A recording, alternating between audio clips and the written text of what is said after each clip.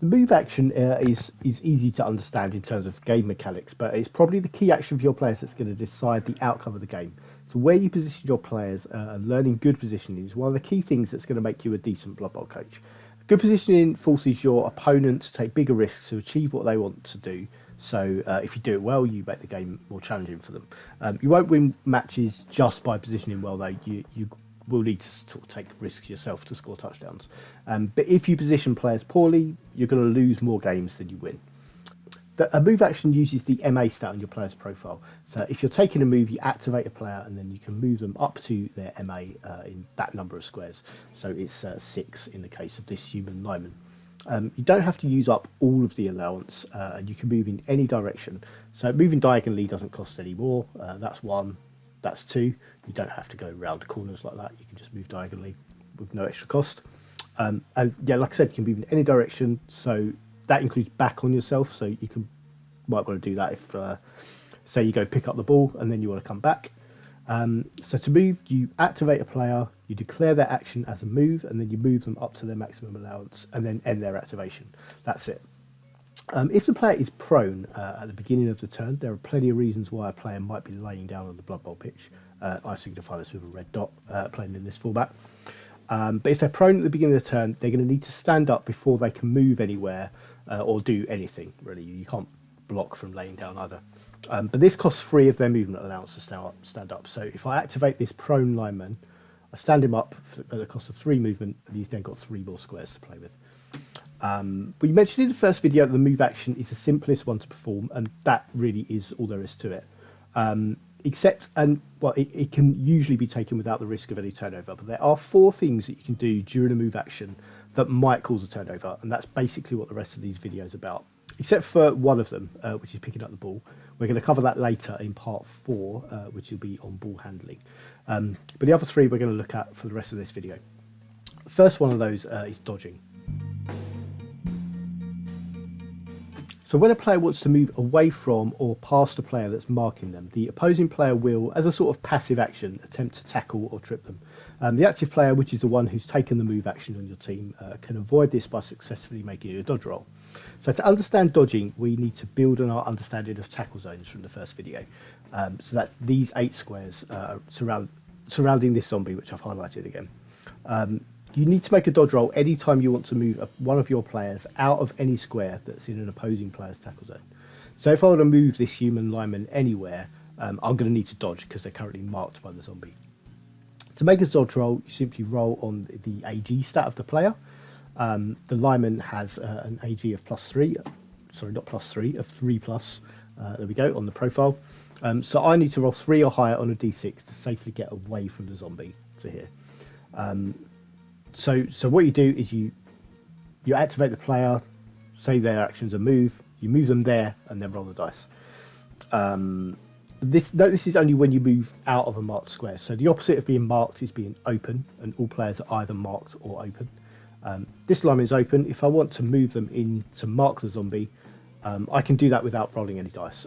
Moving into a tackle zone is sort of free in the way that moving out of it isn't. You don't only have to dodge when you start a player's activation marks either. So if I'm starting here, let's go there actually, it illustrates it a bit better.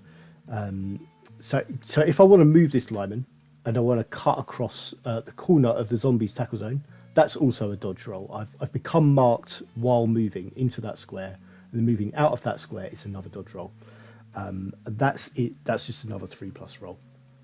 And tackle zones also affect dodging in another way. So far, I've been careful only to move into open squares. That is, into squares where I'm not in a player's tackle zone. So when I moved into there, or when I cut across here, this square I'm moving into, there's no tackle zones on it. So that's an open square. And that's just a basic agility roll. But say instead I was over here and pinned against the touchline by this zombie. Now, this isn't a good place to stand because the crowd at a Blood Bowl match is quite dangerous, and we'll talk about that later on. But the lineman here doesn't have an open square to dodge to. To get away from the edge of the pitch, is going to need to dodge into another square in the zombie's tackle zone. Any of these 4 squares is in the zombie's tackle zone, and that will have to be the first movement. And we mentioned in the first video that tackle zones make actions a bit harder, and the mechanical effect of this is to apply a -1 modifier to the roll for each player's tackle zone that you're dodging into. So this dodge from here to where the lineman's standing now, it becomes a 4+ roll rather than the usual 3+, because if I roll a 4 and subtract 1, that's 3, which is fine because I need 3+. But if I roll a 3, I have to take 1 away, that's 2, that's not 3+, so it's a failure. And we also said before that tackle zones stack. So if there was a second zombie in here, and for some reason I was dodging into that square, that means I'm dodging into a square marked by 2 opposing players in 2 opposing players' tackle zones. That means it's -2 to the roll, and that means I now need a 5+ to successfully dodge there. One quick thing to bear in mind, it doesn't matter how many players are marking me in the square where I start. If I dodge into a square where I'm going to be unmarked, like here, there's no modifier to the roll. It's tackle zones on the destination square that matter, not the square you start in. And also, I can move into 2 tackle zones without rolling, like I did over here with just the 1. Stacking and overlapping tackle zones like this is a key thing to understand when it comes to your decision making about your positioning. So one zombie here, it doesn't really block this lineman's route past. But putting a second one here means that the lineman either has to go around a long way or make some difficult dodges to get past. And as you learn the game, one of the positioning skills you'll learn is how to anticipate where your opponent wants to move their team, how to block their path either with bodies or with tackle zones. Because if you make them roll more dice, they're going to fail more actions. You'll get the playback more. And failing actions is important here, because the last thing to say about dodging, to confirm, is that failing a dodge roll, it causes your player to fall over in the square they're intended to move to. And this means there's a chance of them getting hurt, but more significantly for this, it causes a turnover. Rushing was, for many, many years, until the most recent edition, called a go for it roll. So rushing is less of a mouthful, so it's sort of a fair enough change, but you might know it as a go for it or as a GFI. And I'll probably slip up and use the names a bit interchangeably because I've spent so long with the old name. So a rush is where you've moved the player their full allowance, 6 squares here, but you want to move them just a bit extra. And each player, when they move, can move up to 2 additional squares on top of their MA at a risk. So to perform a rush, you move the player an additional square and then you roll a d6. If you roll a 2 or higher, they're fine, and you can do it one more time if you like, needing a 2+ again. If you roll a 1 though, they fall over, they risk getting hurt, and it causes a turnover for your team. It's a good idea not to see a rush as a free extra movement for everybody. So this human lineman doesn't have movement 8. I mean, yeah, it's only a 2+ roll, but 2+ rolls, as you'll discover as you play this game, they fail with alarming regularity, especially weirdly when you're right on the cusp of scoring a touchdown. This is known in the trade as the end zone tripwire. But it's wise to use these sparingly, like just when you really need to. So maybe there's a gap in your line that's going to leave an opening for your opponent. If you move a player just one more square, you'll shut it down. Or maybe you can just about reach the end zone score with 1 or 2 rushes, end zone tripwire permitting, of course. Or maybe the ball carrier's open and you've got a chance to take them down with an additional 2+ roll. Like, these are all worthwhile reasons to rush. But like, just moving a player a bit extra for no benefit isn't a good idea. The more dice you roll, the more turnovers you'll suffer. That counts for you as well as your opponent, like we said before. So jumping is the final risky action you can take as part of a move, and it's new to this edition. So if you've only played Blood Bowl 2 before, or on tabletop prior to the current edition, this is something new for you.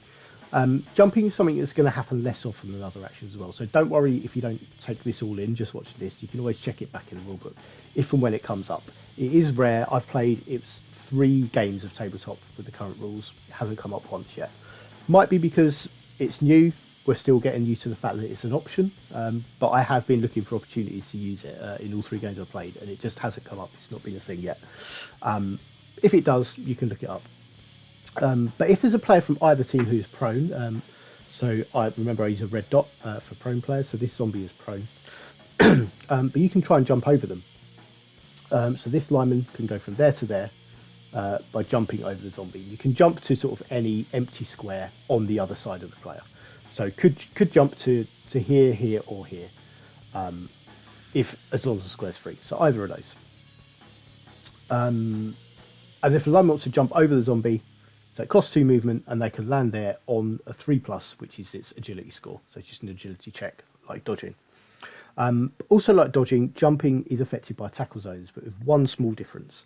So you count the tackle zones on them. We're just going to move some players to illustrate this more. So that one there, and the skeleton and the white there. There we go. So you count up the tackle zones on the square you're jumping from, and the square you're jumping to. So it's that square there. So the mummy has a tackle zone on here. That's one tackle zone. The zombie who's prone, important to point out, I haven't yet actually, that prone players don't have a tackle zone. So this zombie is not affecting the roll. But the mummy has one tackle zone on the lineman. The square that the lineman's going to jump to, over here, the skeleton and the white both have a tackle zone on it. So that's 2 tackle zones. You see which one's higher, which is 2, and that makes it a -2 roll. If it was 1, it'd be a -1 roll. So the lineman now needs a 5+ to jump there. So 5 minus 2 is 3, which is its agility score. So you've got to roll 5 or higher to successfully make the jump. This is a pretty risky action. You're probably only going to make it if you're desperate. Like it's the last turn of the half. This is your only chance to score. That probably means this situation will be up the pitch here, and this lineman's holding the ball. So you're not going to do it often. But with higher agility teams, maybe you're going to do it more often. Maybe it's easier to do that than walk around a big group of players, or you just don't have the movement to go all the way around. It's an option, and it's worth knowing it's there. Even if like you will have to go look that up again when it comes up, because just listening to someone talk about it once is not going to be enough. But it's good to know that's an option. If a player's laying down in your way, you can jump over them, and if you need to do it, check on your cheat sheet or on the rules. But that's movement. Shorter than the first video. It's shorter than the next one's going to be as well. But I mentioned in the first video that movement's one of the 2 basic actions every player can perform. Second of those is blocking, which is up next in part 3, and will take a bit longer to explain.